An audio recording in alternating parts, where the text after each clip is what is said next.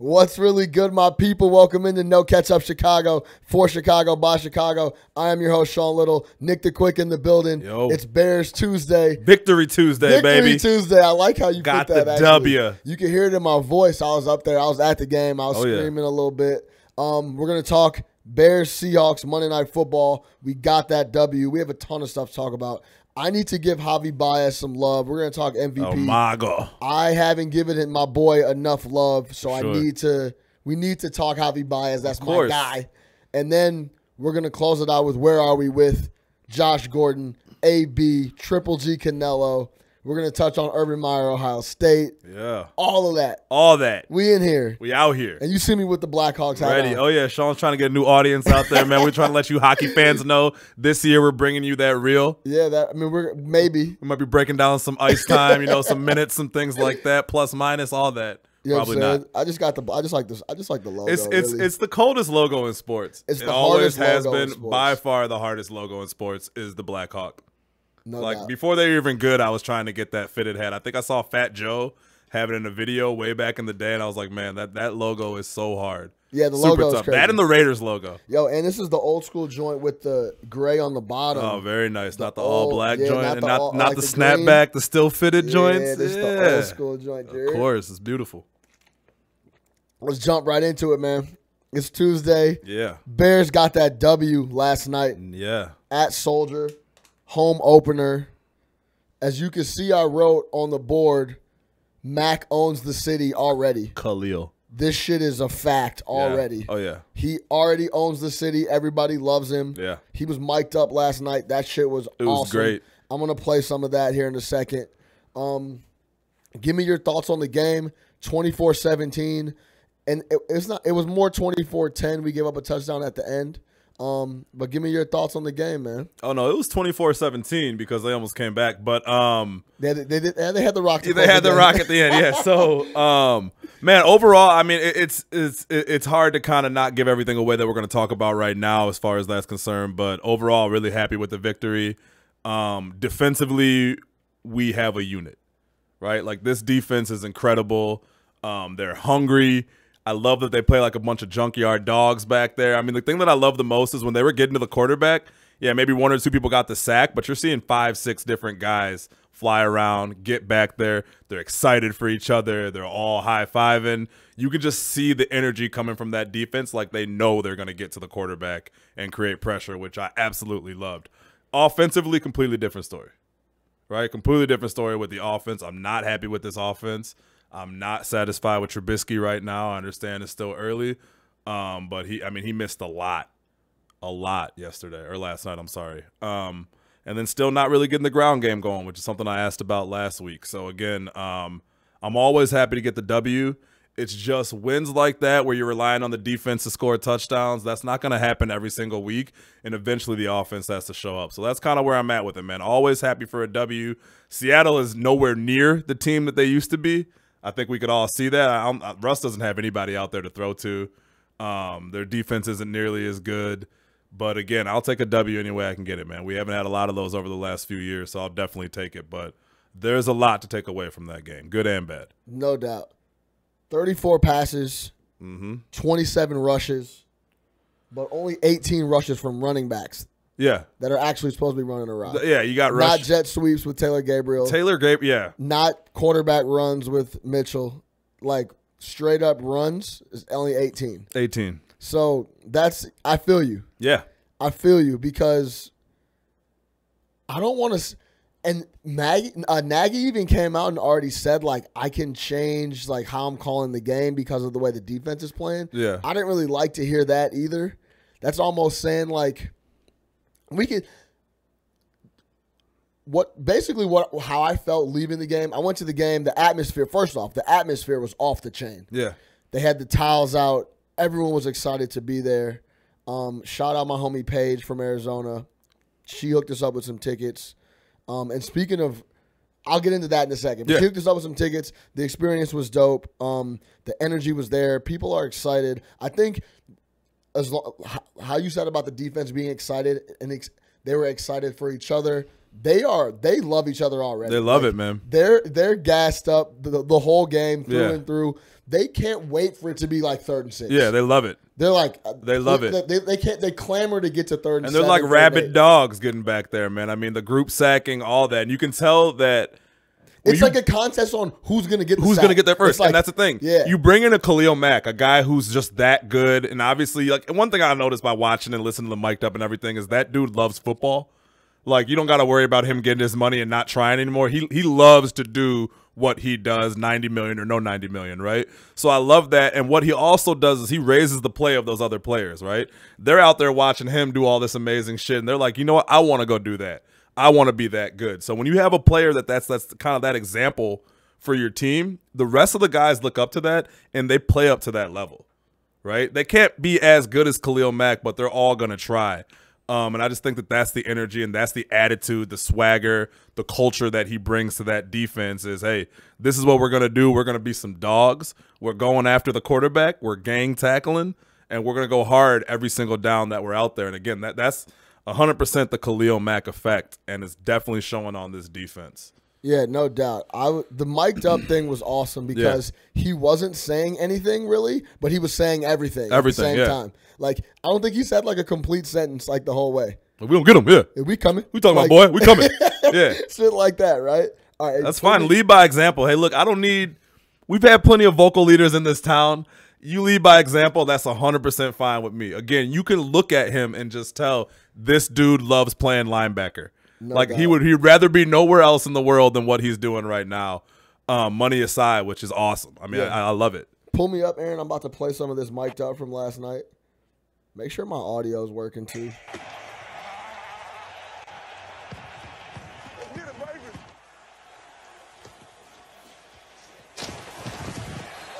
Like, Get that back. go ahead, get back. Get back.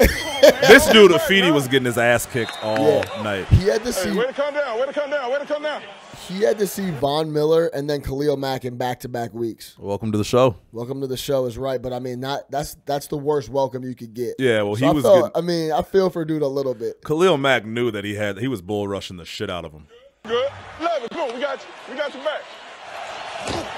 All positive stuff though. Everything he said was positive. What a play. Let's go, baby. Let's get it, baby. 11. Come on. We got you. We got your back. I think they just looped I it. think it's just a loop, Yeah, I yeah. think they just looped it. But all I wanted to show there was it's all positive. Yeah. He's just like you said. He just likes to go out He's there an and animal, just bro. try to. He's a beast, bro. You could look at his face. He has a linebacker face, Wide, man. Like, it strong neck Yeah, ass. big, strong, big Yeah, head, big- fucking whack 90s haircut, like the Straight up. whole 9 yards. He's got the Bo Jackson, Lawrence Taylor type situation haircut going on. I love that guy, man. I knew I was gonna like it. I love that guy. That is what I like. You know me, defense and running the ball. You can have all Long that throwing. arms, fast, Fast, gets off mean. the ball. And he's strong too, man. Strong. It's not just running around. It's not running around people. He was running through Afide. That He dude just- had no chance. He does whatever he needs to. He just picks whatever move he wants to And go gets to in his bag, and he just gets it done. Well, and it's relentless. Even when he's not getting sacks and thing, I think that wears down on the defense because first off, you always have to account for him, and he's just always going hard. You saw some of those plays; he'd be out of the play, and then all of a sudden, Khalil Mack flying around, moving Russell Wilson out the pocket. You know, I mean that was just phenomenal. Yeah. And not to mention, I mean, yeah, the rest of the linebackers, right? Akeem Hicks was getting in there. Eddie Goldman getting involved. I mean, all those guys are playing Aaron up to Lynch, a level. I rock Aaron with Lynch, him too. Yeah. new dude. He's They're rock playing up with to a level, man. Someone sets an example out there. Like it's so refreshing to have good players. And can Vic Fangio get a little FaceTime on? I don't think they showed him I at all. rewatched the game this morning. Yeah. Because you know how it is when you're at the game versus watching the game. I don't think they showed Vic. I don't think I've seen Vic all season. Nah, They didn't show Vic once. it's a lot of Nagy. It's a lot of Nagy. It's a lot of Khalil Mack, Yeah. understandably. Yep. But they haven't shown Vic once. Yeah, give Show Vic Fangio some love, man, for Yeah, sure. For real. Definitely. So you kind of opened the monologue with where you're at with the Bears of week 1 versus week 2, how you felt about the game. This might sound a little weird, but I'm kind of scared because that was kind of how, after I rewatched it this morning, that was the word that came away was I was like nervous and scared because I knew the defense was going to be good. They're really, really good though. Like I knew they were going to be good. They're going to be top 3 in the league. Yeah. Yeah. So when I say scared, I mean like we're now it's really, really, really, really, really leaning on Mitch Trubisky. Yeah. To the point where it's like we have a Super Bowl caliber defense. Our special teams is rocking. And basically the only question mark is Mitch Trubisky. Yeah. So that makes me nervous because the pressure is going to mount and something's going to have to be done about that. Yeah, and I mean, just to kind of break down Mitch a little bit from last night, 25 for 34, right? So obviously accurate, but 25 for 34, was it 200 passing yards? I want to say, yeah. 202. So it was 5.8 yards per attempt, right? Which is just not going to get it done, obviously. Missed some wide open throws. Missed Tariq Cohen on the first throw of the game. Missed Gabriel on another throw. That was a really bad one. A really bad one because if he would have broke free, that's a touchdown, right? There was just one safety back there. If Gabriel put the burners on him, that's a touchdown. The Allen Robinson interception that he threw is just unexcusable. Right, you had Allen Robinson on one-on-one coverage streaking down the sideline, and you can't put that in front of him. That's a touchdown too. So there's 2 near touchdowns that he gave up, and that ended up being a pick, which I talked about last week. I told you those are going to start getting picked off, right? He threw another one in the corner that should have got picked that one off. at the end zone should have been picked off, and we off. shouldn't have got our 3 points from that. And that would have ended up being really big. That could have been a pick 6. Yeah. You know those corner of the end zone interceptions when the DB's facing towards the other end zone, they almost always go back because the quarterback's the only one who's going to be there to try to stop it. So when you look at throws like that, when you look at how they ran the offense, just these small little pedestrian throws, like you said, this Taylor Gabriel coming out the backfield as a running back, those type of plays. It's gimmicky in a sense, and it's also – you won't have the opportunity to run that Trey Burton a red zone play again, right? You can't run that play again for 10 weeks. Teams are going to know it's coming. So my biggest concern with the offense is they need to find an actual identity of what it is that you're going to allow Trubisky to do because they're cutting off his deep throws and everything else is scripted, man. I mean, it's just a lot of little dump-offs and these little out routes and just short 6-7 yard passes, which aren't going to get it done. Thank God the defense played so well, right? But we should have been up 21-0 at half, without a doubt. We should have been up 21-0 at half, and that game should have been over in the third quarter. You can't keep letting these good quarterbacks hang around, right? You let Aaron Rodgers hang around last week, you saw what happened. You let Russell Wilson hang around this week, you saw what almost happened. You're lucky he doesn't have any good receivers. He hasn't done a pick 6 since 2015. Exactly. So, like, I wouldn't say it's a miracle, because we were putting pressure on him all day. That was a great read by Prince. He was antsy all day. Prince was sitting. He knew the play. Yeah, he knew the play, right? So I mean, a great play by him, but he knew the play. Great call by Vic. But the thing that worries me the most is if this is the style that you're going to play with, the quarterbacks don't get a lot easier for us. We see Tom Brady this year, right? In our own division, there's 3 very good quarterbacks, 1 super elite quarterback, and 2 really good quarterbacks, right? So you keep playing these games. Why everybody want to disrespect Kirk Cousins so much? He's really good. I just said that boy will eat Matt Stafford alive. He's not elite. He's not. He's way better than Matt Stafford. That's fine. Matt Stafford is still very good. He's not very my good. point is this. All okay, right. do you want to let Matt Stafford? If you woke up tomorrow and you were a GM and Matt Stafford was your quarterback, how would you feel? Not that great. Oh, What do you wow, mean? really? Yeah. Wow. Not that. Have you watched? That's interesting. Not that they great. They've sucked the last couple weeks, but that Matt Stafford still gets it done. He puts up numbers. He's all right. better than a lot of My point is this. You keep playing against these good quarterbacks and you let them hang around and you don't put them away early when you have the opportunity, they're going to come back. I think it's more for me just keeping the D on the field. They can play at that crazy, wild level that they've been playing at. They're gonna get tired, bro. Yeah. Period. That's just how it goes. On the Russell Wilson touchdown drive, they were tired. They're tired, bro. So tired. Like, it's just more about being able to, and then that's where running the ball comes in. That's what I was just about to say. It's about stringing together first downs. And if you watch that Minnesota Green Bay game, quarterback play. Yeah. I mean, they were moving the rock. It was Kirk first Cousins down, threw a pass down. to Thielen that was just unbelievable. Yeah. the pocket that he put it into, or the window that he's fit it into. So yeah, of course, yeah, that comes down to ball control. If you want to win with your defense, you better be able to control the ball on offense and eat up clock and have long, sustained drives. Otherwise, if you're going 3 and out and expecting your defense to score or get turnovers or sacks all the time on every single possession, it's not going to happen. And that's why I say, if this is what we're going to do, establish the run early on this season. Get it going. The run is your best friend when you have a good defense. And when you say run, you're talking about between the tackles. You're not talking jet sweep. No, I'm not talking this cute shit, dude. Since when did it not get cool to just give it to a running back like Jordan Howard, who has 2,000-yard seasons? He wasn't really doing shit. No, he wasn't. He wasn't, and I understand that. It wasn't there like it was. Now, last week we had the opportunity to run the ball. He was averaging 5 yards a carry, right? This week, yeah, he was getting stopped. Understood. But at the same time, you have to commit to the running game. You can't abandon it and decide, well, hey, the regular runs aren't working. We're just going to start to get cute, because it's not sustainable, especially if you want to win with your D. You got to control the ball. You got to control the clock, and you have to minimize the amount of time that your defense is on the field. It's just tough. It's that lateral running shit in the jet sweep. When it works, you're like, great fucking call. Yeah, it's great, yeah. And when it's like, when it gets stopped for a little loss of 4, you're like, what the fuck is that? What's going on here? And a lot of that depends on also having a good passing game. Because if you're running all that stuff, you want to make sure your safeties aren't all up in the box, your linebackers aren't coming all in like that. And again, like we talked about last week, keeping them honest. And you want to be setting up stuff for downfield. For downfield, exactly. So you can't run that stuff if you're no threat downfield.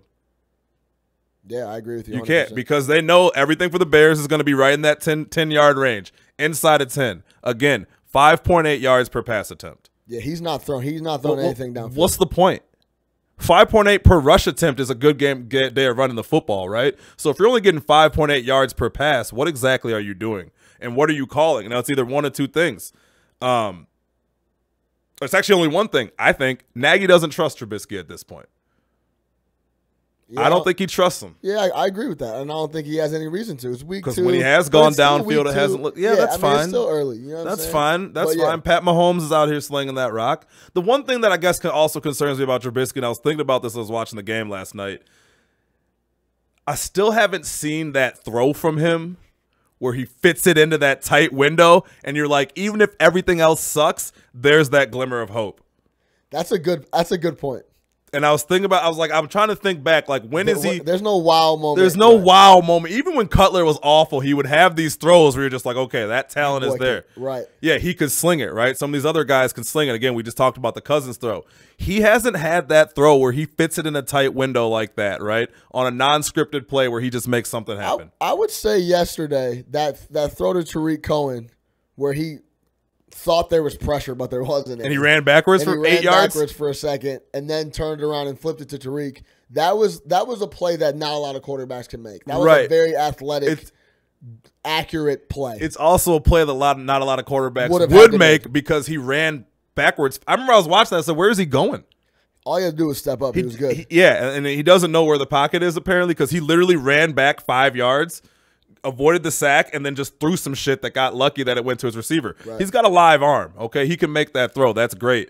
But that's not quarterbacking, man. And the other thing too is the big plus on him was he was accurate. He's accurate. He's athletic and he's accurate. He didn't look too accurate. I mean, he completed 73% of his balls. But I mean, they're not going. He's accurate on these short passes. Right. Yeah. I don't care about that. That's fine. Right? Yeah. But like that ball to Taylor Gabriel, he missed by a lot. By a lot. It wasn't even like he missed it by a little bit. He missed it by a lot. He underthrew Allen Robinson by a lot. 10 yards. That was terrible. Yeah. That's a touchdown. You have to make that throw. You're not going to get your $60 million receiver in one-on-one streaking down the field when you have time to throw the ball. It's just not going to happen, man. And again, I haven't seen him make those throws where you're like, damn, even if it goes bad, I know he can do that. And if we're able to build off that, this is what we got. We're good to go. So I listened to him in the press conference last night, and he was like, they asked him about some of the bad throws and stuff. And he's like, I try not to dwell on the bad throws because I've learned that just doesn't make anything better, and I just want to focus on the positive, which is a great attitude to have. I love Trubisky's attitude, man. You can tell he's a can-do guy. It's great. But at the same time, what are you going to look at, your 25 6-yard completions and kind of build off that? How you feel about his face? He got like an Eli Manning face. My girl was talking about that yesterday. She hates his face. Hey, yo, I hate this guy. The mustache face, was bro. terrible too. I don't care about the mustache and that type of shit, but like he has that face when he makes a bad play. His face makes it worse for me. His face isn't as when he throws a pick, it's like his face makes it worse. So you know what I mean? My old favorite, most punchable face was Grayson Allen. Yeah, Grayson Allen is a very punchable face, but punchable someone face. else is taking the cake. Let me see if you know who this is. NFL player, rookie. Quite possibly the most punchable face I've ever seen. I don't know. Sam Darnold.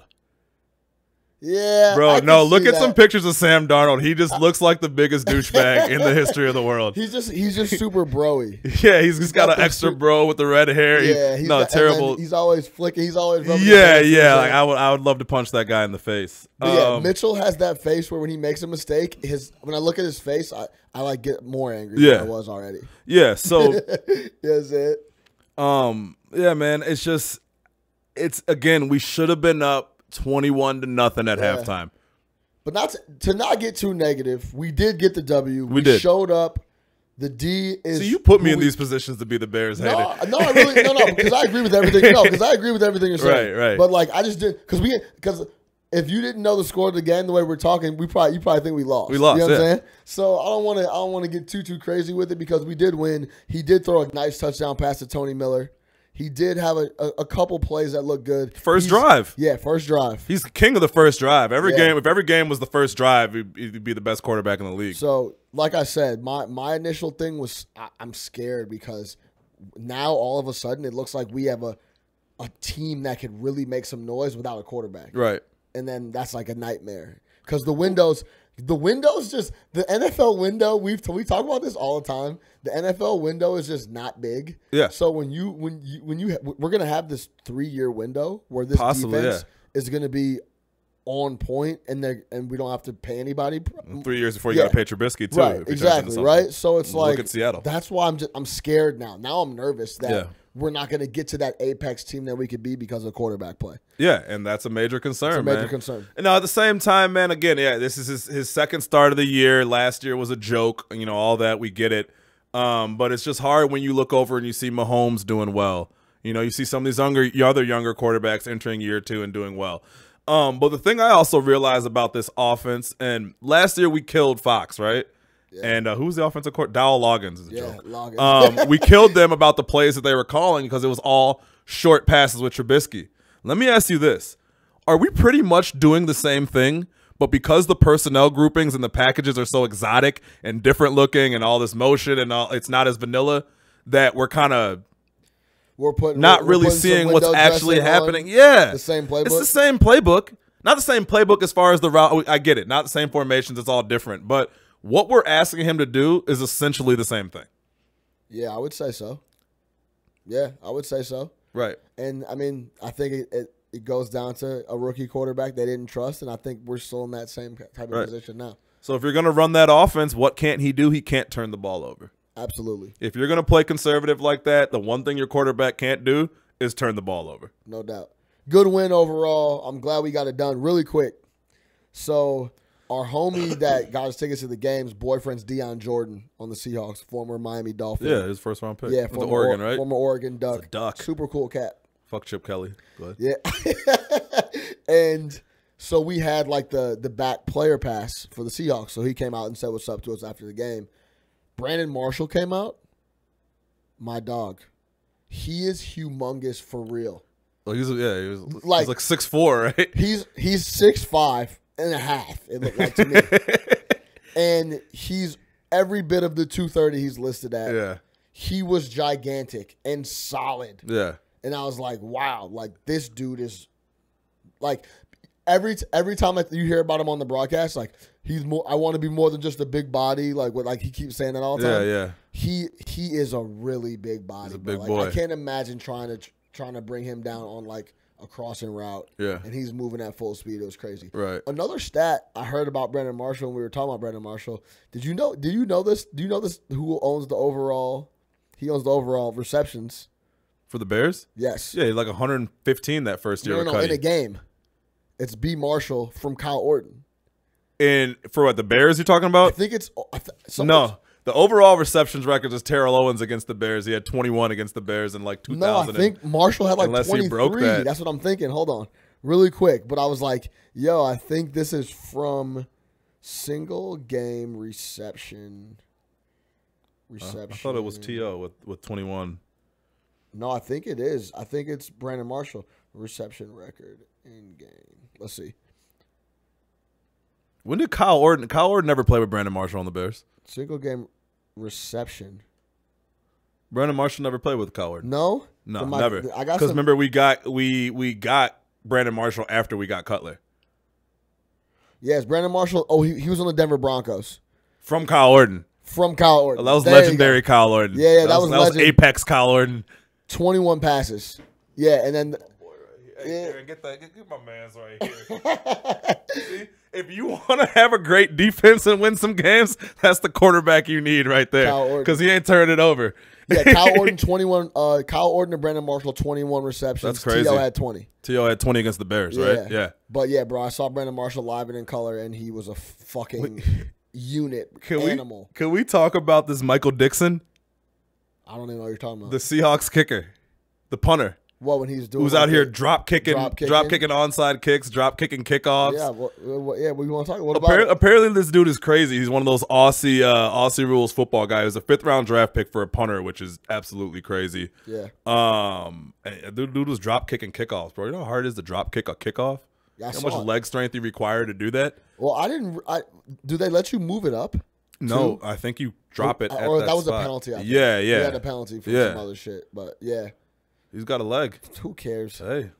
You don't care about your punter until you have a shitty one. Janikowski is the only kicker I'm talking about from Seattle. Janikowski is a monster. 1st round pick. He's been in the league for 20 years. Yo, speaking of that interaction, him and Khalil Mack used to be teammates in Oakland. Yeah, I saw that after the game. He dapped him up. They met up at midfield. We were talking shit, and he was like, yo, I'm going to send you my jersey. And he was fucking with Janikowski. He's like, oh, you a captain now? Yep. And he was clowning him. So that was dope to see, too. Only 2 players left from Janikowski's draft class.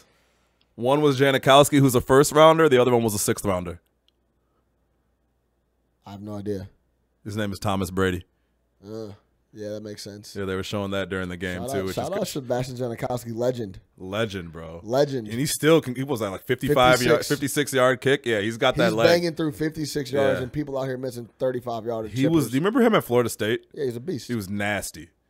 What did Al Davis took him at? Davis took him like in the 1st round. 19 or something? Yeah. Like 20? Yeah, he was his kicker for 20 years. Yeah. You almost can't argue with that. Well, let me ask you this. You saw what happened on Sunday. How many games were lost because of kickers? A lot. Or tied? We had a tie and a loss because of a kicker. I had money on Minnesota, my man. I couldn't believe he smoked off that 3rd one. It was so bad. I think when it comes to the draft, man, anytime you can stabilize a position for 19 years and literally not have to worry about it on any summer, every single summer you know you're going to have a guy there, you do it. Yeah. Yeah. I mean, that's the logic behind taking guards and stuff like that when they get taken early. I mean, people are like, oh, why would you draft a guard that early?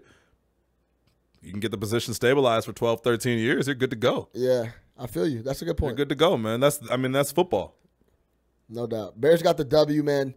Remember when you laughed at me when I was like, we can fuck around and start the season 4-1? Remember you was laughing at me? Yeah, I don't think we will. What are the next 3 games? You didn't even think it was a chance. We play Arizona coming up. Yeah.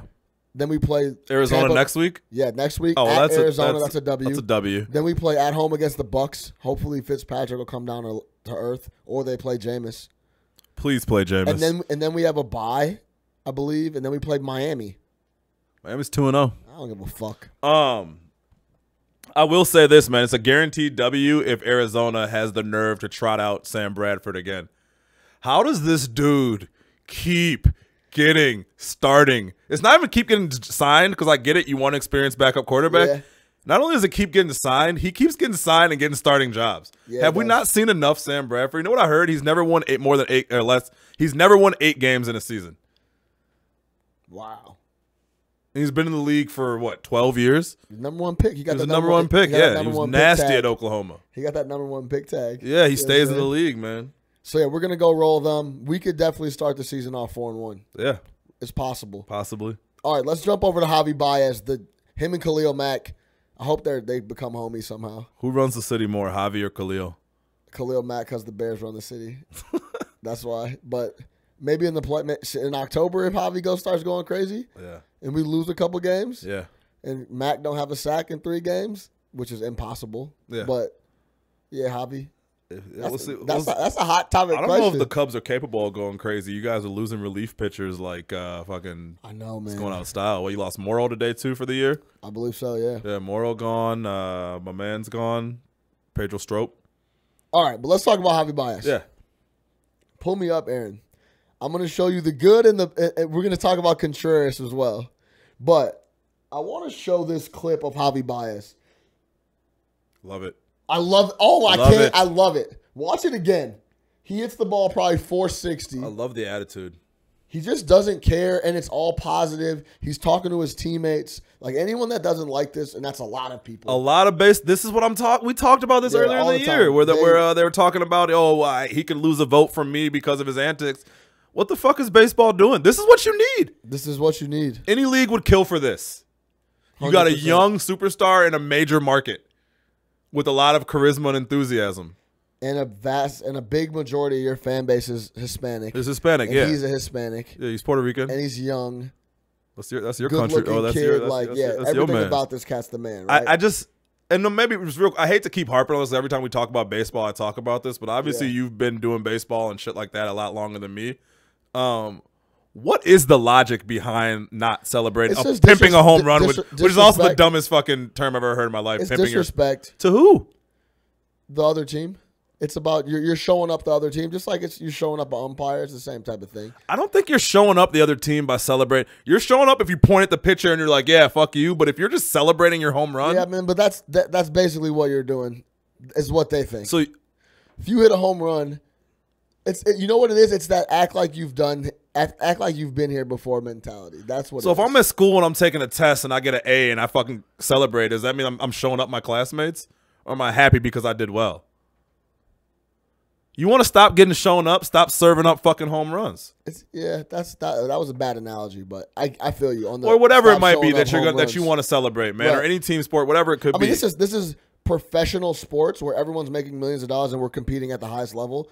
That shouldn't bother you at all. If you throw your best pitch and the other guy got the best, you hit it 400 feet. And that whole act like you've been here before, right? So Javy's going to finish with what, 35, 40 home runs this year, maybe out of 162 games. Yeah. So it's not something that happens every single day. He doesn't hit a home run every single time he's out there. Right. Yeah. He probably end with like that 35. He's got 32 right now, 32 and 105. So yeah. I just don't get that, man. That's why I love Bryce Harper and his approach to it, and these guys celebrating. These young guys want to celebrate their success, man. Baseball, again, just holding itself back. If you don't vote for Javy because of that, if you don't vote for Javy, make it a baseball reason. 100%. We're gonna before we get into we're gonna pull up, because I think it's between only 2 people. It's Javy Baez and Christian Yelich, Minnesota, or not Minnesota, Milwaukee. Yeah. So we're gonna pull up those numbers and talk through that. But I want to show the bad part that has kind of been making buzz. Joe Madden was upset with Wilson Contreras about this. Here's Wilson Contreras hitting the ball he thought was gone, and it looks like everyone behind him thought it was gone as well in the crowd. Whoop. No. He's like, oh shit, it's not gone. Hold up. Like, let me go ahead and get to second base. He's not very right? fast to begin with. He almost got if he would have got tagged out. I will say this. He did not get thrown out at second base. I think he gets this. And not gets it all from, kicks in. But he wants to be like Javy Baez. Like, he wants to have as much flair as Javy does, and he doesn't. He's not as good. He's not as good, especially like on the defensive end. And just for like antics like that, like you kind of have a knack for that type of thing. You know what I mean? Like AB, when he scores a touchdown, like that, like the extracurricular stuff can either come off as really corny or like, wow, that dude's wild talented. Right. And like it's very smooth. He kind of comes off as clunky, and he doesn't really – he's trying too hard, whereas in Javy comes off real smooth, and it's easy for him, right? So is that a big deal? I mean, have a conversation with him, nip it in the butt, keep it moving. Like, yeah. Don't make that into a huge deal. Madden will have a conversation with him, whatever. You're in a playoff race, though, so, I mean, I think Madden's point is, everybody needs to be playing hard. I think – so I heard a good breakdown of it on the radio, is that Contreras is historically a bad base runner. So a guy who's already that bad of a base runner shouldn't be strutting like that unless it's a no-doubter, out-of-the-park type home run. Yeah. That's what they said on the radio. Do I agree with that? I don't know. I mean, it's whatever. It's valid. It's valid. Valid. Yeah. Valid point. See, when I first saw it, I thought he was walking off a fly ball like that. I was like, that would have been really bad. Yeah, I was like, that's really bad. Like, Yeah. that's really, really bad. Okay, pull this back up. This is a side-by-side Christian Yelich versus Javy Baez kind of stats numbers. I want to get your opinion on who you think. Like, if I took the heads off and I just showed you the stats, Yelich, more runs, more hits, more singles, better average type of thing. But Javy has better power numbers, more doubles, more triples, more home runs, more ribbies. That type of thing. You want to know the biggest tell between the difference of the two players is? Yeah. The walks. Javy doesn't walk. Ever. He's going at everything hard. I mean, he only has 54 Yeah, walks. I know. I mean, it's double. Yeah, that's still low. It's low walks for both players, but Javy has 25. It's hard for you know what you should have done? I should have covered that before. Yeah, because obviously I'm Yeah. going to go towards Javy because I'm looking for reasons to go with him. Right. It's pretty even in terms of numbers, man. So I think the question you got to ask yourself, if you took this player off of their team, which team would be better? How important is each? Because when the numbers are that close, you're splitting hairs at this point. I mean, you really are, right? We're more loaded, though, right? So, I mean, we could. Who means more to their team, He's though? carried us the whole year, though. Yeah. I think he gets disrespected. There's been a lot of injuries. And we're in first place. Yeah. Like, in their division, right? Yeah. So, I think that carries weight. He has better power numbers. And then you throw in the defense on top of all that. He's probably the best defensive player in the league. So some dude was tweeting out some stats today that differ from that. I guess he's 12th in defensive efficiency amongst. It depends on which position he's playing, but amongst shortstops, he's like 12th. Which is not his first position, by the way. Yeah. It was one of those hater stats that you can find if you want to. But he's in there playing second, short, third. He's all over the place. Any infield position that's not first base that we need when we need help, he's there. He's playing it, and he's playing at a very high level. He's the first player to have 21 home runs and 21 stolen bases while playing 21 games at second. 21 games at short, and then 21 games at third. Yeah, he's the only player to ever do that in MLB history. Yeah, so the crazy thing about baseball is, like, another just quick side thing, to find like these first time stats, you got to dig deep. Yeah. Like, who is sitting over here looking at this rule of 21, being like, you know what, that kind of makes sense. So yeah, I would go with Javy. I mean, combine that with us being in first place. I mean, and he has better power numbers, and I think he gives your team that personality. Like, look, man. Rizzo and Bryant aren't interesting. I know people like them. People like the whole, what was this thing they did after the World Series? Riz Bro or whatever, like the moving company or whatever the fuck they were doing. Like, that's funny, but it's corny. Like, this is what we want to see. You know what I mean? He's more appealing to the younger fans. So, I mean, he gives you that kind of spark on your team. He gives you that identity. He gives you that culture, that swagger. The numbers are so tight. So the numbers are super tight, so you just got to look at it. So then you look at the other pieces, the defense, and then you're in first place. Give it to my man. So give it to Javy Baez. Give Javy Baez the MVP. Can he close games? We're going to find out. No, I mean, like, as a pitcher. Oh, yeah, that's so if you could do that, then you guys will be all right. All right, let's switch The Cubs over. aren't winning the World Series this year, by the way. No, the AL's winning the World Series. Yeah. I just don't know who it is. It's probably the Red Sox or probably Houston, the Red Sox. But yeah. Let's switch over to where are we with our final segment. Close it out here. We got a couple things to touch on. Where are you with this AB Antonio Brown situation in Pittsburgh? Which part? So that's funny, man. I guess an article came out at the beginning of the month from The Undefeated, which is a trash website to begin with, but came out on The Undefeated.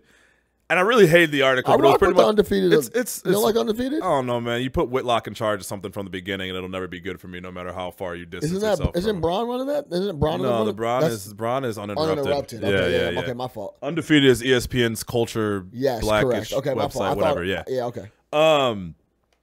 And it was pretty much it was a hateful article, right? It was just talking about, hey, Antonio Brown acts this way, but this is how he is in real life, like da-da-da-da. It was one of those articles at the end of it, you kind of like, what was the purpose of reading this? Like, you really went out to go find bad stuff on Antonio Brown. So I don't really pay attention to that stuff. But the tweet, that is the perfect example of something being blown way out of context. He literally said, Just trade me then and we'll find out. Not saying, hey, I want to be traded. Yeah. I want to get out of Pittsburgh, whatever. He's just saying, you don't think I can do this? Put me on another team with another quarterback. That's fine. And I can do it. That's what right. I'm saying. Now, we haven't found out about what happened yesterday with him not showing up. Yeah. That's another story. Drew Rosenhaus said he had personal matter, man. Yeah, I don't. Okay.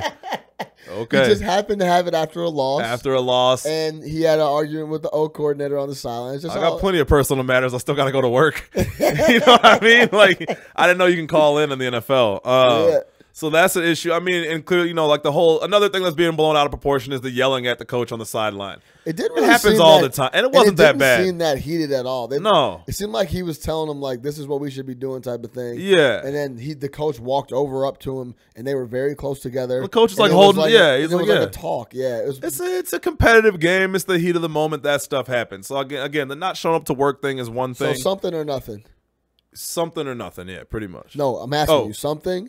Is this something or is nothing? Until we find out about what happened yesterday, I'm saying nothing. If we're pointing at the tweet, which is what everybody's talking about right now, the tweet is the biggest pile of nothing I've ever seen in my life. Is Tomlin a little – how you feel about Tomlin? So another report came out today. The Steelers got bad juju no pun intended. The Steelers got bad juju all over the place, man. So a report came out today that said that Tomlin has lost the locker room. I could see that. Yeah. He has a bunch of vet dudes. Yeah, I could see it. Yeah. He's got a bunch of veterans who are high profile players like Brown and Bell, and Roethlisberger looked awful on Sunday.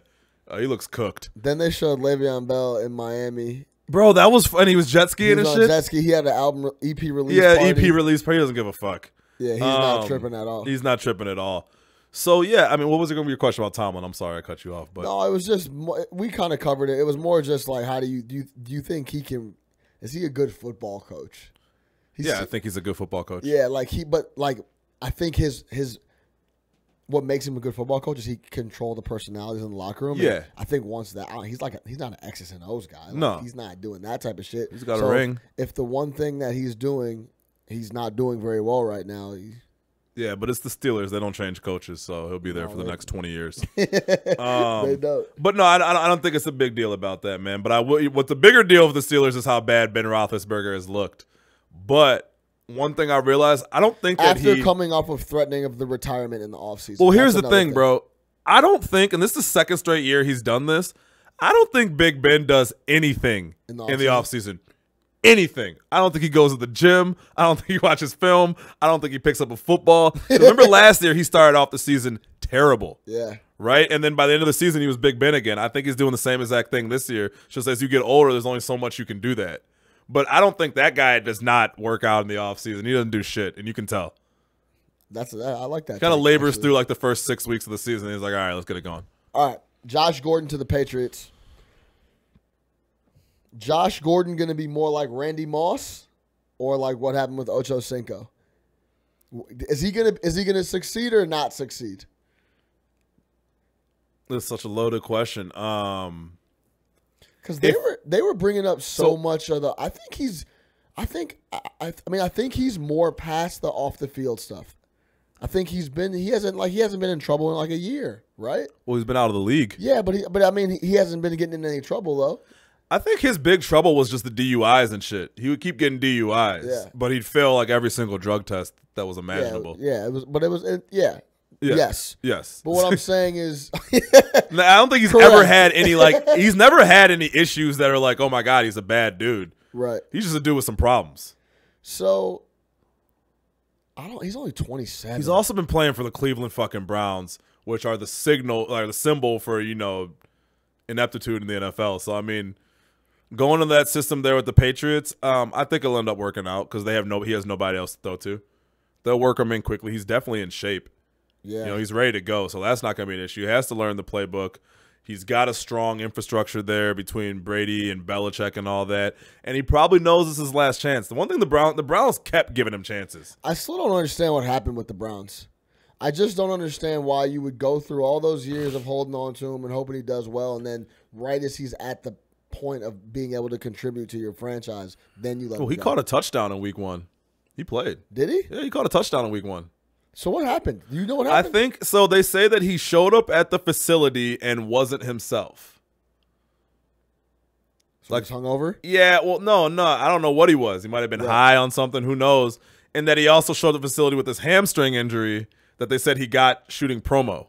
I saw that. I don't know what he's shooting promo for, but I saw that. Like that he pulled the hammy. Yeah. Doing some shit that he wasn't related to the team. And they wasn't related to the team, and they showed the facility on some weird shit was the other report. I mean, that dude was probably on like a literally like one strike and you're out type situation. Like the next incident, we're just done. Because eventually you got to answer to the rest of your team, and they see that shit and they're like, "Yo, for how much longer? We love the guy, but for how much longer is he gonna be able to do whatever the hell he wants to? Especially when you're trying to change the culture." No doubt. So it's kind of like they're probably just done, man. I mean, I kind of applaud them for I applaud them for sticking with him for so long because they really wanted to help him. You know, I mean, they kept him on for 4 years. They could have cut him after all the Manziel stuff, right? Yeah. So I applaud them for keeping him on, but I think at the same time, shout out Johnny. Did you listen to his podcast? No. Oh, it's just so it's like the douchiest thing I've ever heard in my life. Yeah. Yeah, he's funny. I haven't checked it. I got to. Yeah, it's pretty ridiculous. But you know they stuck with him, man, and I think you can only take so much. You can only take so much. Yeah, I feel that. Fight night's our favorite night. We always talk about that. Sir. Triple G Canelo 2. We're going to close the show out here. We can talk about this for a little while, so this will be fun. What'd you think? What a fight, bro. Yeah. That was when a the hell bell of a fight. When the 12th bell rang, I was like, wow. That was so for anybody, you know, all those people who used to watch didn't know anything about boxing, would watch Mayweather fights and be like, oh man, this is so boring. Yeah. That wasn't this. This was toe to toe. Did you notice that at no point was anybody in the corner or on the ropes? Never. There was no corner play, no ropes play. It was in the middle of the ring. They just walked around. Yeah, like just this. walking around Walking boxing. around like this, fighting, yeah. actually biting. You know what I mean? I thought it was great. I wouldn't have wanted to be a ref for that or a judge for that because I don't know how I would have scored it. I was listening to Simmons today, and he brought up a good point. Let's say you have it at, I don't know, 115, 113. Yeah, something like that at that point, right? No, getting towards the end of the fight, and you're up like 5-4. Like 114, exactly. Or something. It'd be really hard for you to give that deciding round to someone who you didn't think won the fight all the way together. So at that point, it's kind of like, how do you make that decision, right? So if you thought Canelo won it, but you know Triple G won that last round, which is ultimately going to tip your scorecard, it's hard. You might just tip it to Canelo. Yeah, and that's the tough thing about just not judging the whole fight going round by round is, you know, it doesn't necessarily tell the whole story. It's crazy because they're going to fight a third time. I have no doubt in my mind. Yeah. Triple G, I think, won the first fight. I don't know. I hate to call shit a draw, but that shit looked like a draw. The last fight was a draw. It looked like a draw. Like if you've ever seen a draw before, that was it. Like they were going back and forth, right? But I think it's crazy that Triple G, who was undefeated, by the way. Yeah. He was like 34-0-1. Canelo's only lost 32 knockouts. Canelo only lost to Mayweather. Right. That's it. A fight that he had no business fighting Mayweather when he did. He was too way. He was like about 3 years early. On that. Yeah. That'd be an interesting fight a couple years ago. But yeah, 100%. Yeah. If he goes on and fights, Triple G fights this third fight, and say he loses, it's going to be 0-2-1 against Canelo. And like once the smoke clears, people down the years are going to be like, yeah, Canelo owned Triple G. It just doesn't. It's just not like we're going to be like, nah, it wasn't like that. It wasn't like that. But the record, you are what your record says you are. Right. Yeah. Exactly. So it's crazy that he's kind of in that position with. He basically has had 2 fights that he probably won the first one, and the second one could go either way, and he's 0-1 and has a draw on the other one. Yeah. It's crazy. It's crazy to look at that after 2 fights. Yeah. But you know what? He had to have known going into both fights that he had to win in order to get the win. You know what I'm saying? Canelo from the opening bell was pressing him all day. And Canelo's the future of, I mean, he's the president of boxing and he's the future of boxing. Canelo's 27. He is huge in Mexico, right? I mean, they love him. Like he's huge in boxing, period. They love him in Mexico, like whatever, man. Obviously, you know, boxing, and we know, look, I love boxing, man, but it's shady, right? Yeah. So if there's going to be a draw, if it's close, it's either going to be a draw or go to Canelo. No close fight is going to go to Triple G. He has to know that. They're not going to dim Canelo's star unless Canelo goes out and loses. And Triple G has to know that, so you got to go in for the win. You know what? Going into it, because I have money on Triple G. Yeah. I thought that Canelo would have to beat him like by a good amount to win that fight, because I thought the judges would go back, reflect on the first one, thinking that Triple G got robbed a little bit, and that would kind of tip their hand towards Triple G. Like, I thought Canelo would have had to beat the brakes off him a little bit. And I just didn't think that would happen. Yeah, I thought the opposite. Yeah? I just thought that because of who Canelo is, you had to really win that fight. The judges love Canelo. Yeah, the judges love Canelo. Boxing loves Canelo. And again, you don't want Canelo to have a loss to someone who's not Floyd Mayweather, because that dims his star just a bit. And for boxing, think about it. If you're boxing, there's only Triple G is what, 37? Yeah, he's old. So you're not going to get anything out of him. You're not going to be able to promote him for the next 10 years like you can Canelo. So he had to come out and really win that fight, and I don't think he did. You saw Mayweather tried to steal the show with this That's announcement stupid, of bro. Mayweather. I don't. It just, Pacquiao too. yeah, man. Every time there's something like that happens, I say I'm not going to get the fight, but I always get it, and I always watch it. I don't think I'd get that fight. I have zero interest in ever watching Manny Pacquiao box again. He's finished. He's cooked. He's a senator. Yeah, whatever it is. Yeah, he's just completely cooked. He's done. I have zero interest in ever seeing him You wouldn't fight even again. tune in to watch Floyd play some defense? I literally order like every fight. Not every fight, but most of the big fights. Legit, Even people I like, don't care about. even care about. I get up watching the fight. Yeah. If I get it, I go to your crib. Or Like, I forget which fight I ordered a few months ago. I was like, well, I'm even ordering this. I was like, I don't want to be outside the conversation when people are talking about what happened, so I ordered it. Wilder and no, not Wilder. Was it Wilder and Wilder and that big Cuban dude? Oh yeah, that was on HBO, wasn't it? Was on Showtime. What was the fight that I ordered? And that was a good ass fight. That was a good ass fight. That big dude was just getting a check. Yeah. I don't know, man. Speaking of Wilder Joshua. We need that. Need that. Have they still haven't agreed to wear? And I know Joshua's trying to get in London. That's not happening. I would never agree to that. That's not happening for one of two reasons. A couple of reasons. Number one, you're not. They're not. It's not happening. Not happening. Number two, you lose the whole United States market because it's like a 12-hour difference, isn't it? Yeah. Usually when they do that though, they end up flipping it for the United So they'll States. be fighting in London Like, at 8 o'clock in the morning. Yeah, at like, the O2. Pacquiao fought in Asia recently. It wasn't a huge marquee fight, but they fought at like 11 a.m. That's interesting. Just I don't think that's not happening. So at, people that's out not here happening can at watch it at O2 8:30 on a heavyweight title belt. But yeah, I mean, I'm getting that for sure. Yeah, so and I'm definitely pulling for Anthony Joshua. Why? Just real quick. Wilder's corny. Yeah, he is. He's corny. He is corny. He's corny. He's just kind of corny, man. His whole persona is corny. And speaking of corny, I know you wanted to get some words off on this Urban Meyer piece, so we can close it there. And then we'll close on a lighter note. But let's get your thoughts on Urban before we get out of here. The only thing I have left to say on this Urban Meyer thing, and it's kind of what I suspected from the beginning, but watching those last two interviews really confirmed it to me. Yeah. Urban Meyer doesn't believe this girl. The ex-wife. Yeah. He doesn't believe her. He thinks that she's making up the story. That is why he's so hesitant to give her any credit, apologize, or whatever. And you kept looking at that interview, you kept saying, I just want the truth to come out. I just want the truth. I don't think he believes that what she says happened. And I don't think he ever believed that.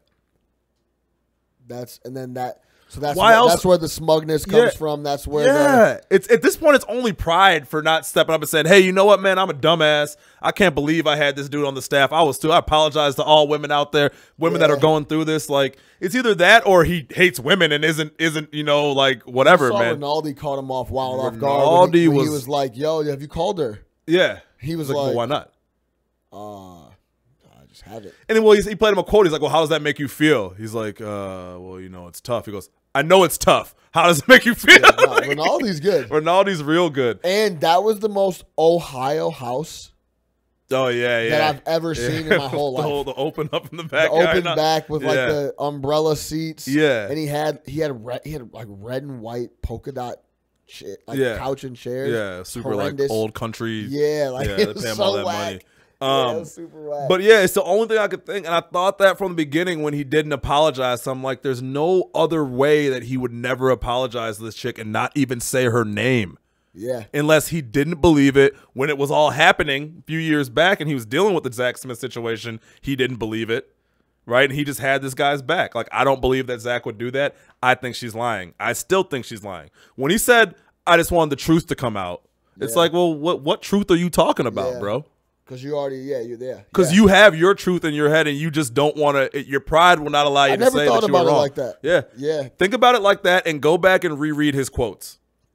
Yeah, that's a good point. Let's close on a lighter note. How you feel about Jason Witten and this whole Monday Night Football crew? Terrible. This is their first year together. It's awkward. We got the Chicago look because we were on there. That was the second game of the year, third game of the year for them. Yeah, it's awkward. Yeah, I think so. Like, in one word, that's what you would give it? It's awkward, yeah. Well, first off, you got McFarland down on the sideline. Yeah. I think that's cool. It's cool. It's cool. I like the idea. I was at the game, and you can see him. He's on like a lifted He's up on like a lift crane, thing that you can see. And they just drive him around back and forth on the sideline. Yeah. I like Tessitore. He's kind of like your old school type announcer. Like, you know, I kind of like his thing. I just think Witten's awful. I think Witten is trying to do the Tony Romo thing, but he's not Romo. Yeah. Like, Romo's quick with it. Romo was a quarterback. Romo is breaking down the game a little bit better, and he's trying to be that insightful and, you know, break stuff down like that, but it's just not good. And he doesn't have like a dynamic personality at all. He doesn't. No dynamic personality. And a lot of the times I was having a hard time hearing what he was saying. Yeah. I'm like, can this guy speak? He trails off too. Can someone turn his mic up? And the timing of like where he says stuff wasn't working. He'd be talking about a play before, and we're on like the next almost play and a half. Like a dude's running down the sideline, Tessitore's got to jump in and cut him off to like explain what's happening. Yeah. It's just like, Well, and he would like start thoughts and then kind of trail off and go into something else. It was just very like I didn't think it was smooth. And like again, Tessitore is a vet, so he's able to kind of keep him on track. But it's not Romo. It's not what I'm not a big fan. I'd rather move McFarland up into the booth with Tessitore and scrap the whole Witten thing, or whatever. Have Tessitore by himself up top and McFarland down there. But whatever it might be, Jason Witten. I'm just trying to figure out like, okay, Jason Witten, great player when he played and everything like that. I just don't know how he lucked into that job. I don't know who was like, man, I can't wait to hear Jason Witten break down a game. He's a straight edge Hall of Famer, good looking white dude that they can put in the box. What do you mean? Like, throw Randy in the booth. Randy, to be honest, I can't believe he's been on ESPN as long as he has. Yeah. That show is terrible too. Well, they can't find. Remember they had Ray Lewis for a while, and he was just awful. Yeah. The NFL Network does a really good pre- and post-game situation. Deion Prime, Marshall Faulk, those dudes are awesome. They're good. And Rich Eisen's a great host. Yeah, dude, they're good. Mariucci's good too. Yeah. They got a good – and they got Steve Smith on there talking crazy. Did you see Steve Smith talking? Yo, shout out my boy Maxie. He was talking about – he showed me this clip of Steve Smith and Michael Irvin get into it. Yeah. And he's like, I got a doctorate in route running, baby. I saw that. I got a doctorate. He was like, you got an associate's. You got an associate's. He was like – you had Troy Aikman, Emmitt Smith. He's like, I got a doctorate in route running, baby. They were interviewing Steve Smith a couple of years ago, like about going to the Pro Bowl. Yeah. He's like, yeah, you know, the Pro Bowl. He's like, I like that trip because it's one of the trips I get to take without my kids. So I'll tell my wife I'm gonna take her to Pound Town. And like, you know how he talks? He's so serious. Oh, like he leaves the kids but brings his wife. So yeah, he can do his thing. He's like, yeah. So that's me and my wife. We say I'm gonna take her to Pound Town. He's just like raw and doesn't care. He doesn't give a fuck, bro. Who was it that who was it that was talking shit? Fuck, man, wish we had this queued up already, but some young player was talking shit and had said something about Steve Smith's wife, and like Steve Smith just went off on him. Yeah, and like first off burned the dude, and then afterwards, I think they hadn't even been mic'd up, or it was after the game. I forget what it was. Yeah. And it's this super intense Steve Smith interview where it's like, yeah, he said something about my wife, and you don't talk about a man's wife, and he was just like wilding out. Yeah, it's awesome, man. Check out that clip if you can. That is great. Bears at Arizona Sunday should be an easy win to take us to 2-1. The current spread right now is -6, which seems low. Does seem low. We were only 4.5. 4.5 last night, -6. Ooh, which I want to tell you. I bet on the Bears, real money. First time in my entire life. -4.5. You gave up the points. I did it. I took the money line. I couldn't give up 4.5. I didn't want it. Yeah, I was thinking How about. How nervous were you before that pick 6? I was very nervous. Yeah, very nervous. I know you weren't. The odds were just awful on the money line, so I had to the grab money those line points. was bad odds, but I had minus to, 205 or something. I was confident we would win the game, but four and a hook. Jeez, Yeah. man, that's almost like that's basically 6 points. Yeah, and then I got caught up in some. I was doing some amateur gambling this weekend, man. Fucking with teasers and shit like that. Stay away from teasers. Hey, I like stay teasers. away from teasers. No, I've teasers. Never had success with the teaser. 6-point teaser. I've never. Yeah, you think it's like, oh man, I can bring the Falcons up to what? Who did I tease? I teased the Giants. Yo, I'm really salty I didn't awful. take Jacksonville in the morning. I took them in the pick'em. Yeah. I knew they were gonna win, but I couldn't pull the trigger. It's hard to bet against Tom Brady. It's just so bad. You feel so stupid to lose money when you bet like out of all the games on the whole fucking docket. I bet against Tom Brady. Like I bet quarterbacks. I could have picked any other game. I picked this one, so I stayed away from it. But they ended up winning. I'll never feel bad about not taking Blake Bortles in a Blake Bortles versus Tom Brady battle. Yeah. To me, like when in doubt, look at the quarterbacks always, and you know that's pretty much how I do our pick 'em. I think about the quarterback matchups. And That's then why I'm everything in else. first place in that pick'em. By the way, Only by 1 point. I'm in first place right now. You got 7, I got 6. Logic, I'm out here. You got 6? Uh-huh. Okay, word.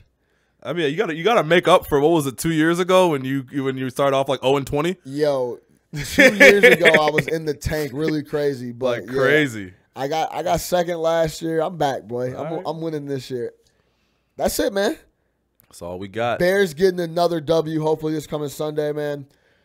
Make sure you subscribe. No Catch Up Chicago everywhere. Instagram, YouTube, Stitcher, the whole 9, man. Check us out. I'll drop the audio for this soon. I'm going to keep pumping out clips. We're going to keep coming with some content. I would love to get out to Arizona for the game, but I don't know if I'll be able to make it happen, but maybe. I don't know. We'll see. Yeah, you could have that one, man.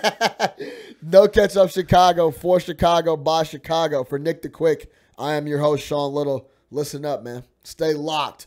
Khalil Mack, run the city. Mac.